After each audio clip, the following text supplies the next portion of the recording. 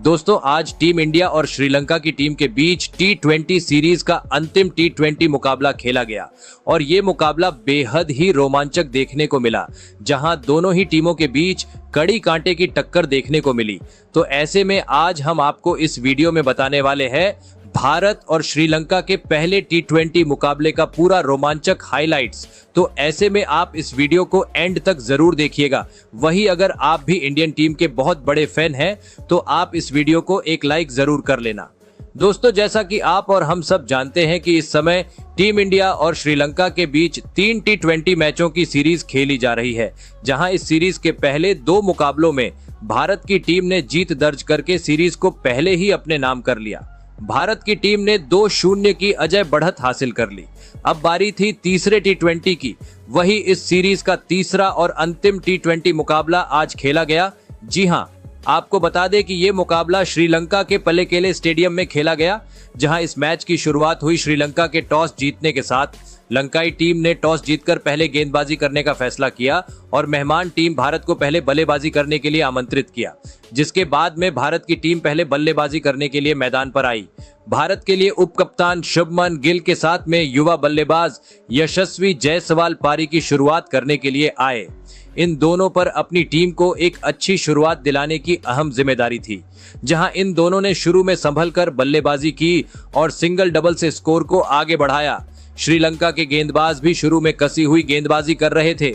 जायसवाल और गिल शुरू के 3 ओवर में भारत की टीम को 21 रन तक ही पहुंचा पाए, लेकिन इंडिया ने कोई विकेट नहीं गंवाया, जिसका एडवांटेज भारत के पास था। लेकिन पारी के चौथे ओवर में हसरंगा ने भारत को बड़ा झटका दे दिया। जी हां, इस ओवर में हसरंगा ने जायसवाल को आउट कर पवेलियन का रास्ता दिखाया, जहां जायसवाल टीम इंडिया के लिए 12 रन बना पाए। वही उसके अगले ओवर में मथीसा पथिराना ने शुभमन गिल को भी आउट कर पवेलियन का रास्ता दिखा दिया, जहां गिल भी भारत के लिए कुछ ज्यादा कंट्रीब्यूट नहीं कर सके और 14 रन बनाकर पवेलियन लौट गए। आज सूर्या के जगह पर सैमसन को प्रमोट किया गया।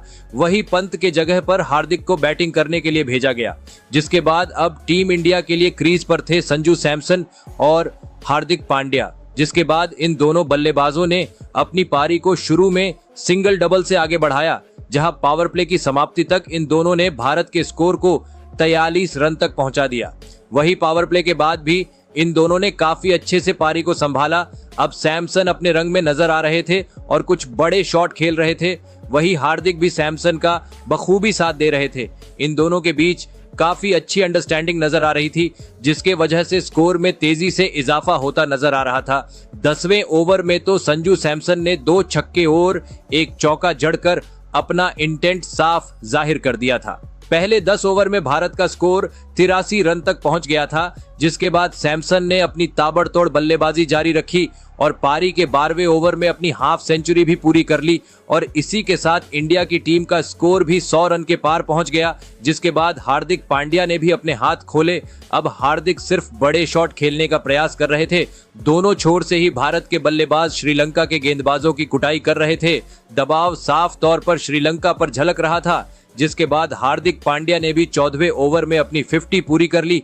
इन दोनों की ये साझेदारी भारत को एक विशाल स्कोर की ओर ले जाती नजर आ रही थी, लेकिन 15वें ओवर में पथिराना ने हार्दिक को आउट कर दिया, जहां हार्दिक पांड्या बड़ा शॉट खेलने के चक्कर में आउट हो गए। बता दें कि हार्दिक ने भारत की टीम के लिए 62 रन की पारी खेली। इस पारी के दौरान हार्दिक ने 4 छक्के और 5 चौके लगाए और उसके बाद में बल्लेबाजी करने के लिए आए सूर्या कुमार यादव भी कुछ खास नहीं कर पाए और सिर्फ 5 रन बनाकर आउट हो गए। उनको हसरंगा ने आउट किया, जिसके बाद में बल्लेबाजी करने के लिए आए रिंकू सिंह। जिसके बाद रिंकू और सैमसन ने टीम इंडिया की पारी को आगे बढ़ाया। 16 ओवर तक भारत का स्कोर 143 रन तक पहुंच गया था, लेकिन उसके बाद अंतिम 4 ओवर में जो बल्लेबाजी इन दोनों ने की वो वाकई में लाजवाब थी। जी हां दोस्तों, रिंकू और सैमसन ने लास्ट के 4 ओवर में श्रीलंका के हर एक गेंदबाजी की धुलाई की।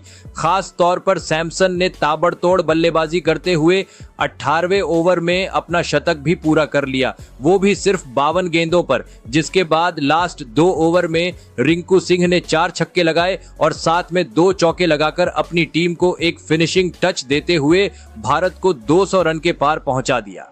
जी हां, दोस्तों, सैमसन और रिंकू की लास्ट में ताबड़तोड़ साझेदारी के चलते भारत की टीम निर्धारित 20 ओवर में 213 रन बनाने में कामयाब हो पाई।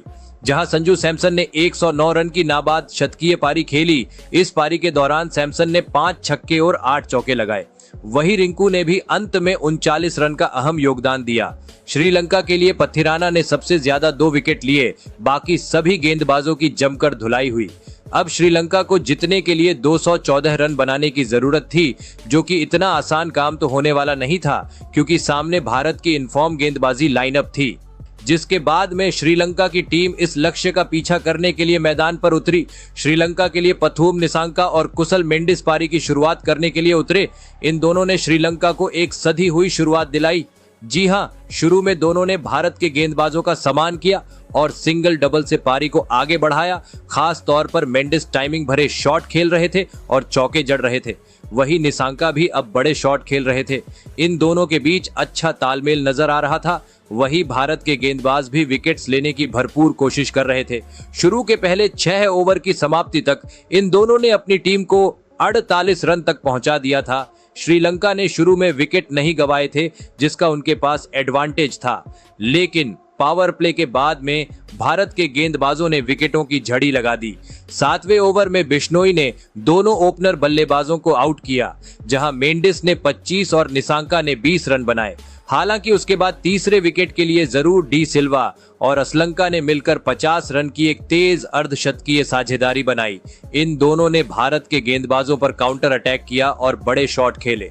12वें ओवर में इन दोनों के बीच 50 रन की साझेदारी बन गई थी, लेकिन उसके बाद अक्षर पटेल ने इनकी साझेदारी को तोड़ा और असलंका को आउट कर दिया। बता दें कि असलंका ने 30 रन बनाए, जिसके बाद अगले ओवर में डी सिल्वा को भी हार्दिक ने आउट कर दिया, जहां सिल्वा ने 23 रन बनाए। अब लास्ट 6 ओवर में श्रीलंका को 90 रन की जरूरत थी। हालांकि अंतिम के कुछ ओवर में हसरंगा और मैथ्यूज ने मिलकर कुछ बड़े शॉट खेले, लेकिन रन बहुत ज्यादा थे, जिसके वजह से भारत के गेंदबाजों के पास बेनिफिट था।